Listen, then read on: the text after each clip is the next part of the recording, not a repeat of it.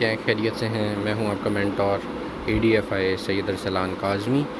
और आज जो हमने एक इम्पॉर्टेंट टॉपिक कवर करना है वो है highest mountains of each continent.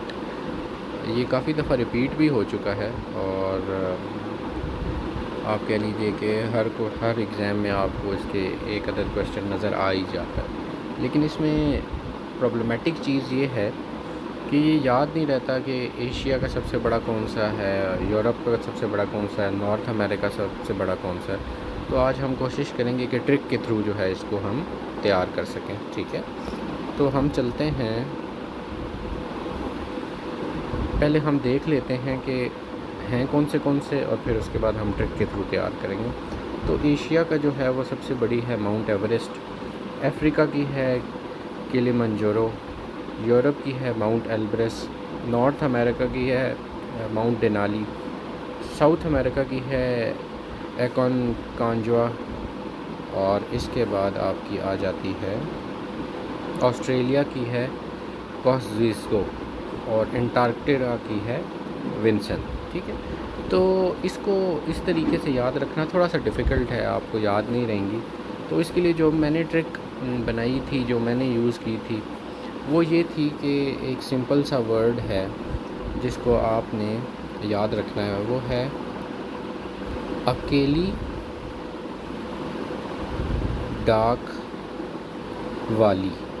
अकेली डाक वाली, आपने अगर ये याद कर लिया ना तो आपको दोबारा ये कभी याद करने की ज़रूरत नहीं पड़ेगी। ठीक है, अब ये अकेली डाक वाली कैसे जो है हमने अप्लाई करनी है वो हम अभी यहाँ से स्टार्ट से करते हैं।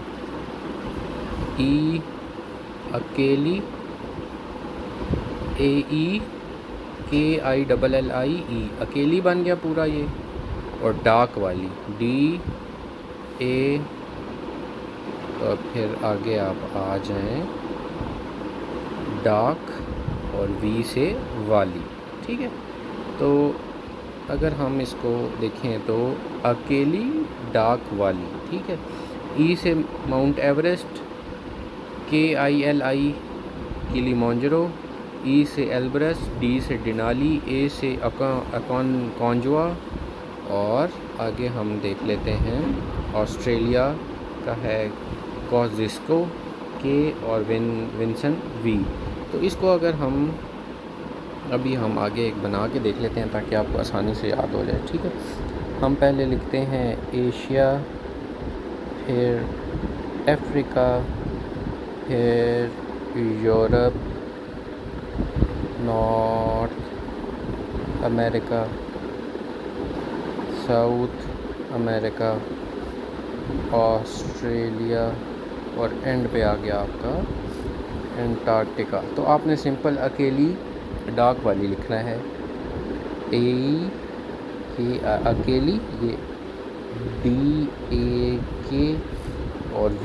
ठीक है, अकेली डाक वाली आपने लिखा, और ये अब आपने इससे आपको याद रहेगा, ये आ गया E से एवरेस्ट, किलिमंजारो,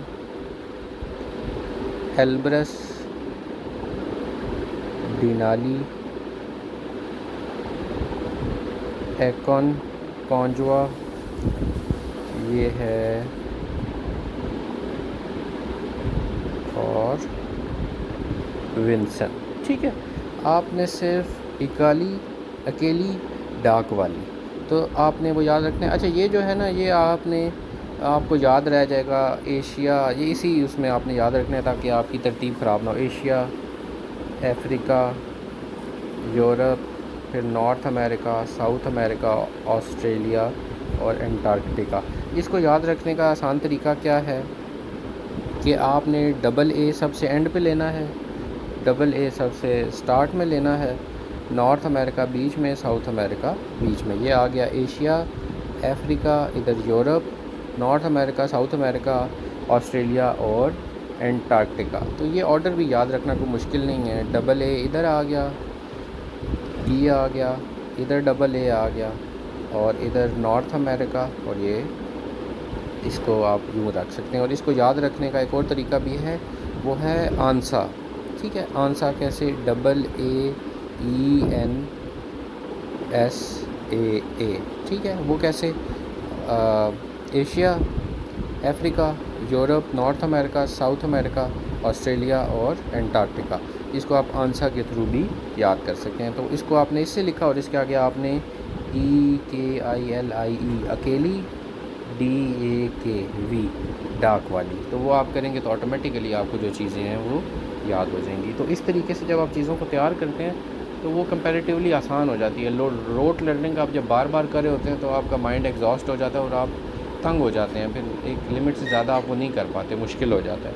तो हम कोशिश करते हैं कि ज़्यादा से ज़्यादा चीज़ें इस तरीके से करें। बाकी जिनका नहीं बन सकेगा उसको फिर हम ज़ाहिरी बात है उसको रोट लर्निंग करनी पड़ेगी। लेकिन आज आप